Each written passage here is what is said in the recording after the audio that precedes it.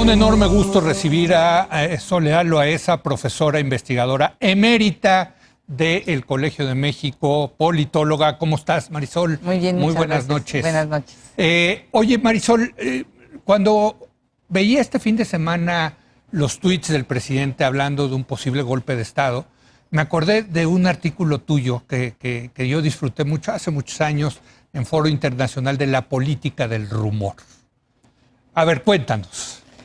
Bueno, es un artículo que escribí a finales del sexenio del presidente Echeverría. Sí. Era un momento de mucha tensión, muy crispado, Sí. de las relaciones políticas, sobre todo entre el gobierno y los empresarios, los grandes empresarios. Y aparentemente, en fin, empezaron a correr todo tipo de rumores, desde que había habido atentados en contra del presidente Echeverría o en contra de su esposa, que iba a haber unas expropiaciones grandes y escandalosas y muy onerosas. En fin, se habla también de un golpe de Estado. ¿De un posible golpe? De un posible golpe de Estado, de la intervención del ejército, del descontento del ejército con el presidente. Entonces eso generó una atmósfera tremendamente tensa en la opinión, porque no se sabía qué era cierto y qué no lo era. Sí. Y efectivamente había unas relaciones muy difíciles en ese momento, y el presidente Echeverría empezó a tomar decisiones que no tenían realmente un origen inmediato explicable. Por ejemplo, fue en el momento en el que se expropiaron tierras en Sonora. Sí, de los yaquis. Exactamente. Y después eso hizo que algunos propietarios en Sinaloa vendieran las suyas para evitar la expropiación. Sí. Y esto fue apenas unas semanas antes de que terminara el gobierno. Entonces sí hubo esta política, estos rumores que desprestigiaban mucho y desacreditaban al presidente Echeverría. Y entonces apareció que había habido una especie de conspiración en Monterrey, que se había organizado justamente para desacreditar al presidente en estas últimas semanas. Sí. Y eso también nos revela que yo creo que eso funciona sobre todo en sistemas políticos muy autoritarios, en donde la comunicación y la información están muy limitadas. Sí, cosa que ha cambiado muchísimo hoy en día, ¿no? Ha cambiado muchísimo. Una de las grandes conquistas de los últimos 30, 40 años es la libertad de prensa. Sí. No es una cosa que ocurrió hace un año. Desde hace mucho tiempo ya hay libertad de prensa en México y uno se entera de todo lo que pasa y uno tiene acceso a una diversidad de opiniones. Bueno, y están las redes sociales, ¿no? Que es un cambio tecnológico que no había en 76 con Echeverría, ¿no? Efectivamente. Entonces, la política del rumor como un instrumento de influencia política y como un instrumento de presión funciona sobre todo en aquellas sociedades en donde no hay libertad de prensa y donde la información política se da a cuentagotas o es una información no solamente limitada, sino es una información muy manipulada.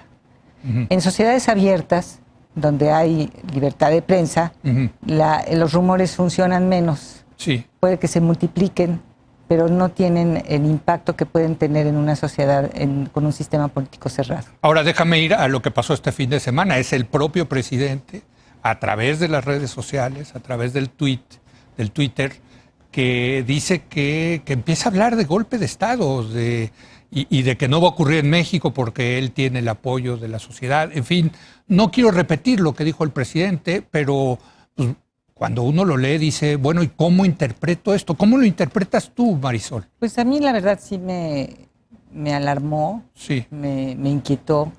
No me inquietó la noticia, me inquietó que el presidente hablara, planteara el tema. Sí. Era como estar invocando a los malos espíritus, el propio presidente de la República. Sí. Y él tenía en mente, aparentemente, la experiencia de Madero. Pero como ya se ha dicho, hay diferencias inmensas entre 1913 y 2019 y entre el presidente Madero y el presidente López Obrador. Así o sea, la comparación es muy difícil. Y hay que recordar que la historia no se repite nunca.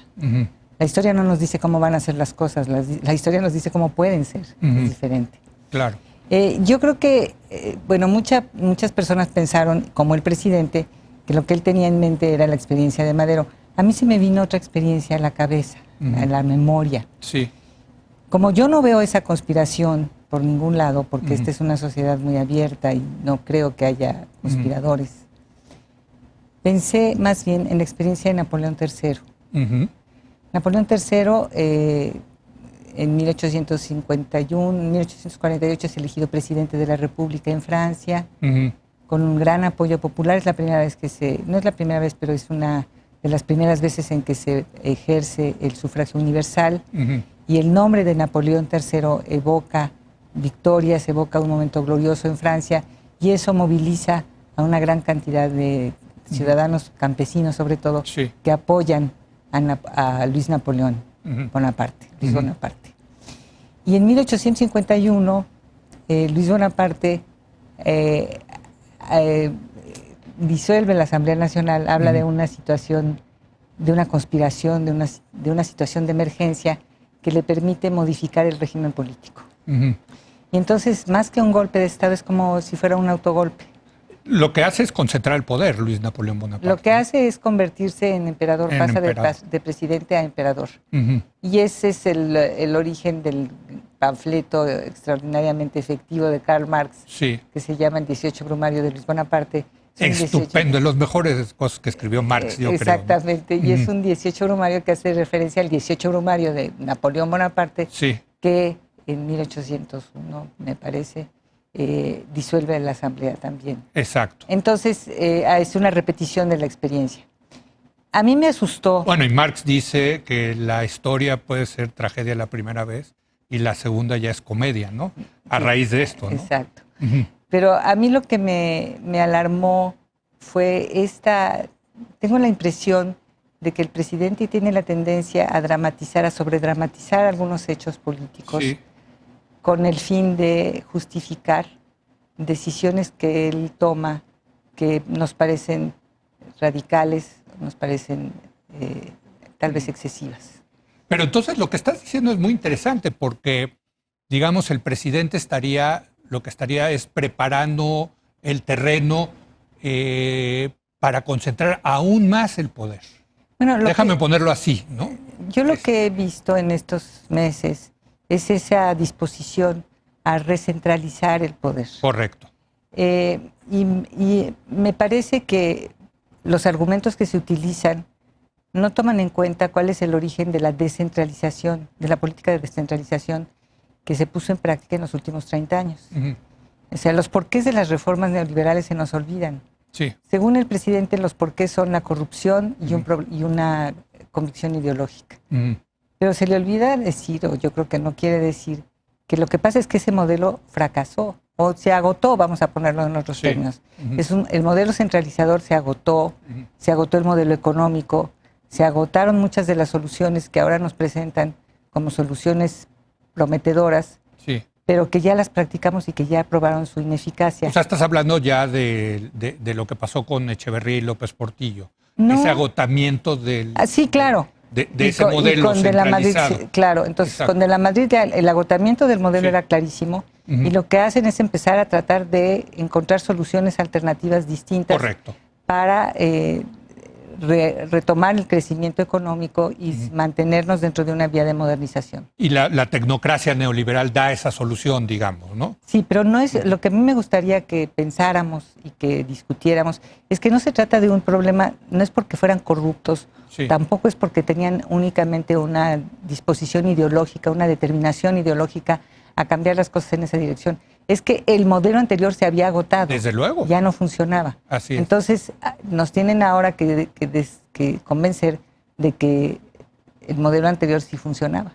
Bueno, yo creo que pueden ellos argumentar y lo tratan de argumentar que el modelo neoliberal se agotó. Lo que no veo es con qué lo van a sustituir. Y ahí empieza un poco, digamos, esta nostalgia al pasado. Así es. Que también estaba agotado ese pasado. Bueno, a mí me parece, por ejemplo, en el campo de la política científica hay una tendencia igual a la recentralización. Sí.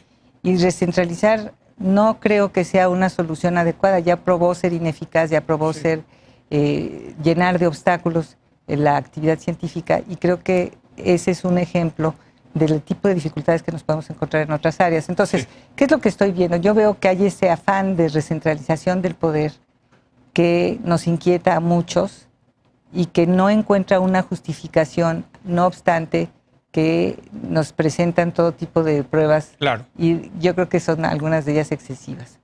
Ahora, por un lado tenemos que hay esta intención recentralizadora, pero al mismo tiempo no tenemos muy claro hacia dónde vamos, que sería una de las preguntas que a mí me gustaría que se respondiera. Ahora, déjame regresar al tema de los tuits del presidente sobre un supuesto golpe de Estado.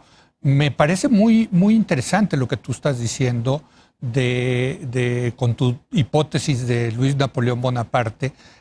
Yo no lo había visto así, ¿no? Yo había pensado quizá una cortina de humo. Yo creo que el presidente es un genio comunicativo para cambiar el tema, etcétera. A lo mejor sí se siente amenazado, pero no lo había visto esto y me parece muy interesante tu hipótesis, ¿no? Porque estaría preparando el presidente un terreno a tener más poder del que de por sí ya tiene, que por cierto, hay que decirlo, es el presidente más poderoso que hemos tenido en las últimas décadas. Así es. ¿No? Pero el poder es muy elusivo. Sí. Y el poder también se agota. Entonces hay que cuidarlo muchísimo, ¿no? Sí. Yo creo que, repito, creo que el presidente tiende a sobredramatizar. Sí. Y en otros casos a banalizar. Sí. El tema de la seguridad lo banaliza y sobredramatiza a otros que no parecen tan importantes. Entonces, la sobredramatización se justificaría soluciones de emergencia, también soluciones de grandes proporciones. ¿Qué te imaginarías en ese sentido, Marisol? Pues la verdad es que no me atrevo a imaginar nada. No, digo porque, a ver, por ejemplo, el Congreso tiene el poder del Congreso. Sí, no sé, realmente no sé si tiene que ver con el tema de la revocación de mandato. Supongamos que se plantea un referéndum a mediados del sexenio.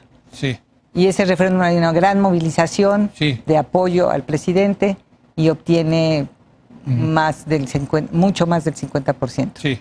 Bueno, a lo mejor esta es base para otras modificaciones constitucionales. O sea, estás pensando en la reelección.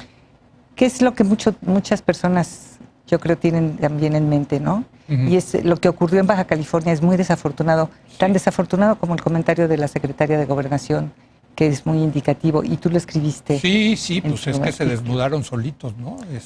Pues mira, yo no sé si fue como ella dijo, un error, un tropiezo, pero la verdad es que dada la atmósfera, el ambiente en el que estamos viviendo, son tropiezos que son muy significativos y muy costosos. Claro. Entonces no es un dato menor. Oye, no te quiero dejar ir, Marisol, sin que nos des un comentario de lo que pasó, de esto que está pasando en Estados Unidos con respecto a la violencia en México que debatíamos en la mesa pasada. Preocupantísimo, ¿no? Sí, me preocupa mucho porque a mí no me extrañaría, o sea, no me extrañó la oferta del presidente Trump. Sí. Los otros les mandamos lo que ustedes necesiten. Eso es electoral, ¿no? Eso está hablándole a su base, ¿no? ¿No te parece? No. O sea, ¿tú sí crees que hay más de fondo en esto? No que hay más de fondo, yo creo que hay posibilidades. Él está hablando, él abre posibilidades. Sí. Y él es un presidente totalmente heterodoxo que encuentra soluciones que uno consideraría absolutamente imposibles, pero que él, sin embargo, las aplica. Entonces, a mí sí me preocupa que nos estén ofreciendo apoyo militar para combatir un problema que es nuestro, también de ellos, pero en territorio nacional. A mí eso sí me preocupa. No, bueno, pues sí, y yo sé que estás haciendo una investigación donde el tema de Estados Unidos es fundamental para entender la política mexicana, ¿no? Absolutamente fundamental, y lo que tenemos que tener muy presente es que una de las cosas que hicieron los presidentes mexicanos a todo lo largo del siglo XX fue defenderse de los presidentes americanos. Pues ya nos tenemos que ir. Gracias, Marisol, como siempre, gracias, y te vemos pronto. Muchas gracias. Gracias a Soledad Loaesa, profesora emérita del Colegio de México. Hacemos una pausa y hablamos con Pablo Zárate sobre los certificados de energía limpia y el impacto que esto provocará en el medio ambiente. Regresamos en un momento más.